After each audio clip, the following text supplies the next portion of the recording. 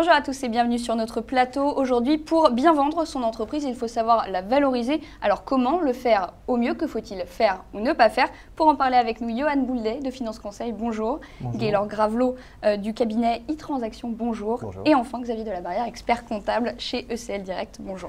Bonjour Cécile. Alors première question, Gaylor, quels sont les points clés à mettre en avant pour vendre son entreprise si on veut bien la vendre?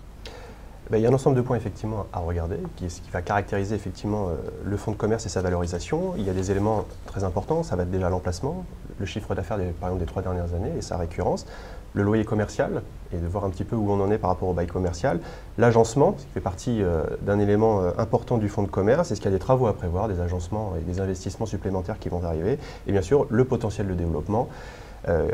Qui va avoir un impact sur le développement de la structure et aussi de penser des fois à regarder aussi les projets d'urbanisme qui peuvent avoir un impact également. Alors Johan Bouldet, pour vous, quelles sont les erreurs à éviter, à ne pas commettre?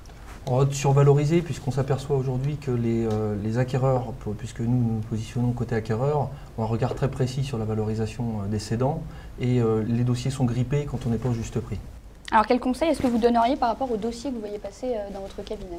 Alors, le premier, c'est d'avoir un conseil externe au conseil du cédant pour vraiment avoir un regard critique sur la valorisation.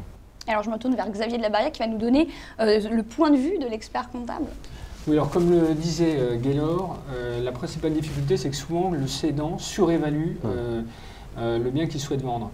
Il a souvent tendance à vouloir intégrer dans le prix le fruit du travail à venir de l'acheteur et la valeur ajoutée qu'il pourra y apporter. Donc ça veut dire que nous, on a un vrai travail de pédagogie à faire pour remettre les choses à leur place et pour bien faire prendre conscience au cédant de la valeur réelle de son entreprise.